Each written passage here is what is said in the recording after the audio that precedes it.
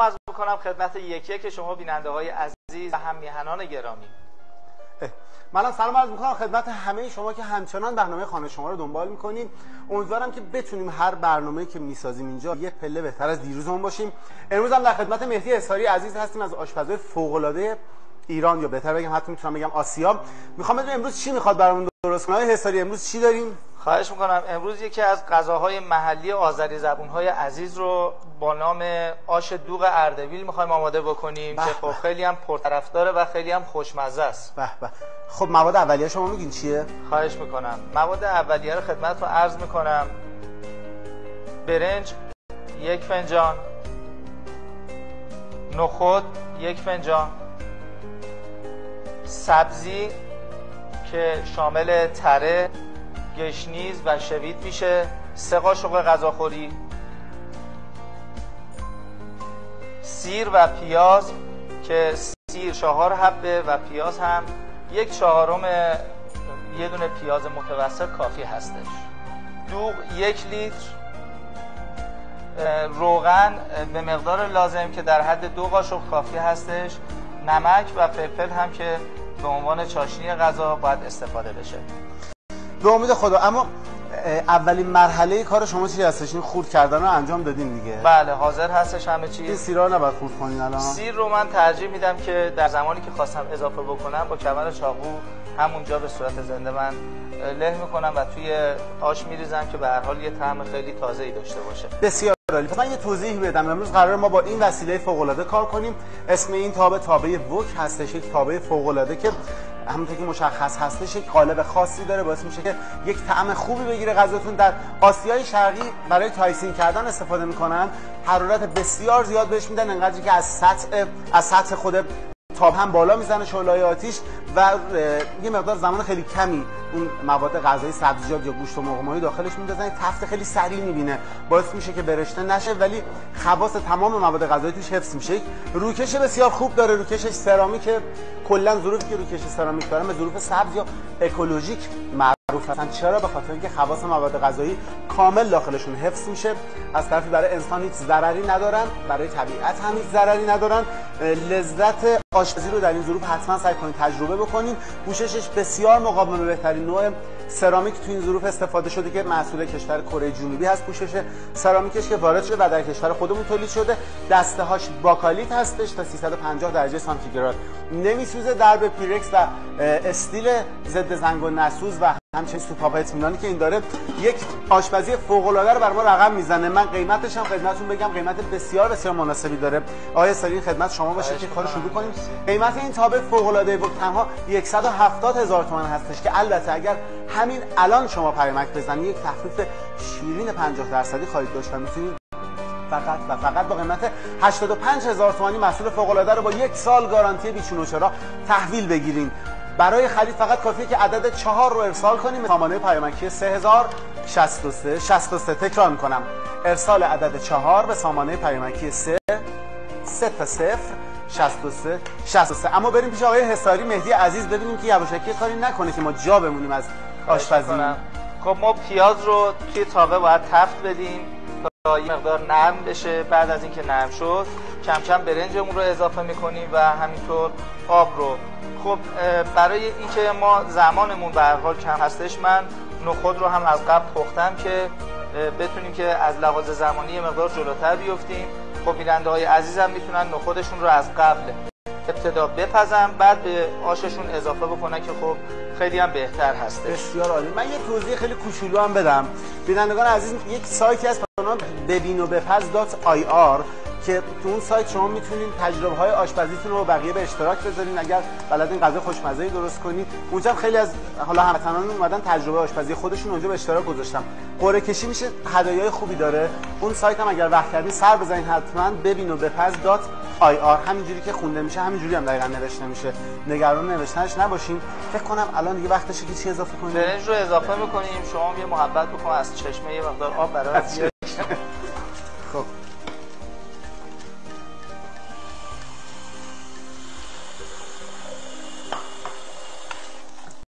خب آقای سری کافیه این مقدار آب؟ آره نه، آب باید خیلی کم بریزیم در حدی که به هر حال این برنج پروسه شروع کنه به پختن. یعنی من یه البکی آبم می‌آوردم کافی؟ بله این کافی هستش. در حد 1 لیوان آب اضافه بکنیم این کافی هستش. بعدش چیه؟ خب بعد از اینکه ما آبمون رو اضافه کردیم، برنجمون یک مقدار توی آب باید خودش رو باز بکنه و به قوام بیاد. بعد از اینکه برنج حالت نرم شد و این آب نسبتاً کشیده شد، ما نخود رو اضافه میکنیم و در عین حال باید دوغش رو اضافه بکنیم و میجوشه. تقریبا 20 دقیقه مونده به این که ما بخوایم آش رو برداریم، باید سیر رو بریزیم تا عطر خودش رو پس بده و سبزی آش رو. به امید خود من یه خورده حرارتش رو میخوام بیشتر کنم. روی 9 گذاشتم. بله دقیقاً حالا کم کم جوش بیاد من نخود رو اضافه میکنم. من یک توضیحی بدم تا اون حالا داره آماده میشه. تابه که الان دارن آقای حسابی مهدی عزیز داره باش کار میکنه، تابه ووک هستش که تقریبا میتونم بگم این قالب منحصر به فردی داره. در آسیای شرقی خیلی استفاده میشه به خاطر اینکه طعم خیلی خاصی به غذا میده، حرارت رو به شکل خاصی پخش میکنه، طعم بسیار خاطر انگیزی در پخت و پز ما این غذا رو تجربه خواهید کرد. به شما بگم که پوشش داخلی سرامیک هستش. سرامیک بهترین نوع پوشش نچسب هستش و این رو بدونین که بهترین نوع سرامیک هم توش کار شده. سرامیکش محصول کشور کره جنوبی هستش. دسته‌هاش باکالیت نسوز در استیل داره. خدمت شما بگم اون شیشه‌ش هم پیرکس هستش. کیفیتش فوق‌العاده هستش. قیمت بسیار بسیار خوبی هم داره. قیمت این محصول تنها 170,000 تومان هستش که البته اگر که شما همین الان پیامک بزنید و جز 500 نفر اول باشین در این بخش هم میتونید یک تخفیف شیرین 50% داشته باشین و به جای 170,000 تومان تنها و تنها با 85,000 تومانی محصول فوق‌العاده رو تهیه کنین. پس همین الان زحمت بکشین ارسال کنین عدد 4 رو به سامانه پیامکی 3063. تکرار میکنم ارسال عدد 4 به سامانه پیامکی 36063. اگر حجره فروشگاهی مغازه‌ای تو شهر، روستا، استان یا شهرستان خودتون دارین، بدونین که میتونین محصولات به صورت عمده خریداری کنین و در شهر و استان خودتون فروش برسونین. پس اگر خواستین که به صورت عمده خریداری بکنین، این راه هم برای شما امکان پذیره. فقط کافیه که کلمه نمایندگی رو ارسال کنین به 3063. تکرار میکنم کلمه نمایندگی، فارسی و انگلیسی و پینگلیش و اینا فرقی نداره. کلمه نمایندگی ارسال کنیم به 36063. بچهای نمایندگی باهاتون تماس میگیرن. این جوش اومد؟ خب بله ما نخودمون رو اضافه کردیم در این مرحله بسیار. و کم کم دیگه من باید دوغ رو اضافه بکنم. فقط مقدار نمکی که ما برای آش دوغ استفاده میکنیم باید کم باشه. بله. به خاطر اینکه خب دوغ خودش هم نمک داره هم ترشی داره. بسیار. که خب الان در این مرحله من کم کم سبزی آش رو و دوغش رو اضافه میکنم. شما محبت کنید دوغ رو من توی تنگ ریختم حاضر کردم. به اینا میگن تنگ؟ بله.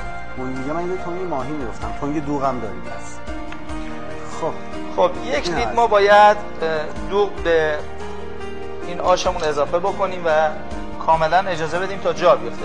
در این مرحله من سیر رو هم با این کمر چاقو باید له بکنم و بهش اضافه بکنم. شما میتونید این کار رو خیلی راحت انجام بدید بدون اینکه نیازی به رنده کردن باشه. میبینید در کوتاه‌ترین زمان ما میتونیم این رو با کمر چاقومون له بکنیم و من ترجیحم به این هستش که نمک و فلفلم رو هم به صورت تازه خودم بسابم داخل آش و غذاهایی که درست میکنن که خب این به طبع تراوت دیگه ای به غذامون میده. عطرش هم خیلی 100%. بله وقتی که فلفل رو ما خودمون بسابیم با این به هر حال ادویه‌جاتی که الان وجود داره و خیلی میکس میکنن با چیزهای دیگه، این خب به طبع خیلی از لحاظ کیفی بالاتر در میادش. خب ما آشمون رو دیگه کم کم باید دربش رو بذاریم و اجازه بدیم که کم کم غل بزنه و به قوام بیاد. بعد از اینکه آش یک مقداری جا افتاد دیگه ما دربش رو باید به صورت نیمه بذاریم که دیگه دوغمون نبره. حالا در مرحله بعدی من به صورت بعد از اینکه آشمون حاضر شد من اون رو توضیحات کاملش رو خدمت شما عرض الان می‌کنم. یه نکته خیلی مهم گفتین بعد از اینکه جا افتاد یعنی قبل از اینکه جوش بیاد باید درشون نصفه کنیم. آره دیگه وقتی که ما دوغ رو اضافه میکنیم و شروع میکنه آش ما به جوشیدن، این رو ما باید دربش رو به صورت نصفه بذاریم که حرارت تو خود آش بر نگرده و این باعث بشه که دوغ ببره. بسیار بسیار این نکته خیلی مهمی بود چون ممکنه زحمت رو بکشیم ولی آخرش ببینیم غذا اون چیزی که باید بشه نشد. خب اگر که تو این بخش دیگه کاری نداریم بریم بقیه برنامه رو دنبال کنیم با بیننده‌های عزیز. ما همینجوری خود جمع جور کنیم و اونورم که باید به حجره برسم منم. برمیگردیم تو بخش دوم آشپزی با مهدی عزیز، یه بدبستون بکنیم ببینیم غذا به چه صورت میشه. اینو بعد هم بزنیم ته نگیریم. دقیقاً همین. شما بریم بخش بعدی رو ببینیم. بخش بعدی رو. خب فراد جان، در این مرحله آش ما حاضره دیگه. همینطور که شما میبینید باید قوام داشته باشه، کاملا جا افتاده باشه و در مرحله آخر هم عطر سیرش رو شما میتونید کاملا حس کنید. در مرحله آخر هم میتونیم با گل نعنا یا گل جعفرین رو تزیین بکنیم و نوش جان کنید. گل نعنا همون برگ نعنا یا جعفرین؟ برگ نعنا یا خدمتتون عرض شود به هر حال اون وسطش که به هر حال تازه تر هستش بهش میگن گل نعنا. بله بسیار عالی. ممنونم از این غذای بسیار خوش بو و عطری که واقعا حالا احساس میکنم اسید معده‌ام خیلی داره ترشح میکنه. اما من توضیح بدم این غذای بسیار خوشمزه رو با چی پختیم. با این تابع وک. این تابع وک یه تابع فوق‌العاده است که گفتم در آسیای شرقی تو آشپزی خیلی استفاده میشه.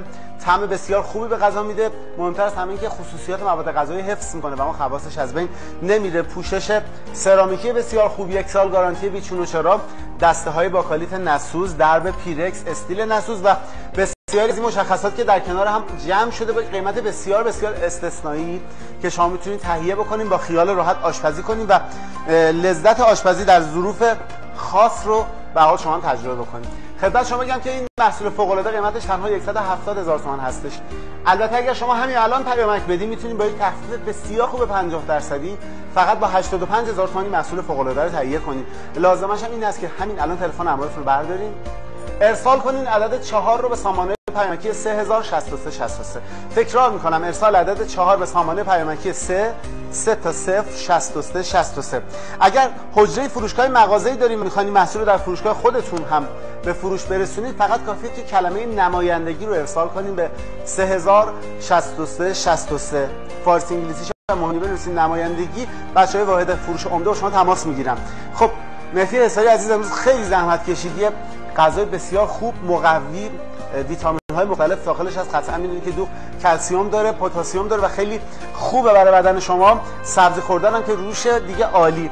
ان شاءالله ما بتونیم از این غذاها بیشتر داشته باشیم تو این برنامه. ما سعی کردیم که یه تنوعی ایجاد بکنیم، همه چیز برنجی نباشه، به هر حال یه چیزی داشته باشیم. همونطور که شما می‌دونید دوغ تبش سرده. بله. اینجا در این غذا و در این آش ما با سبزیجات گرمی مثل سیر تونستیم طبع اینا رو کاملا ترکیب بکنیم و یه چیز خیلی قشنگ و خوب در بیاریم. بسیار خوب. ممنون از اینکه امروز هم کمک ما کردید تا یه غذای خیلی خوب رو به حال مردم عزیزمون یاد بدیم. اگر که اجازه بفرمایید دیگه ما باید یواش یواش با مهدی عزیز از حضور شما مرخص بشیم، ولی تا یک روز دیگه، یه آشپزی دیگه، یه غذای خوشمزه دیگه، همه شما رو خدا بزرگ و مهربون می‌سپاریم. مواظب خودتون باشین. ما خیلی شما رو دوست داریم. خدا نگهدار. خداحافظتون. از همه شما مهربانان، دوستان و عزیزان من هم خداحافظی می‌کنم.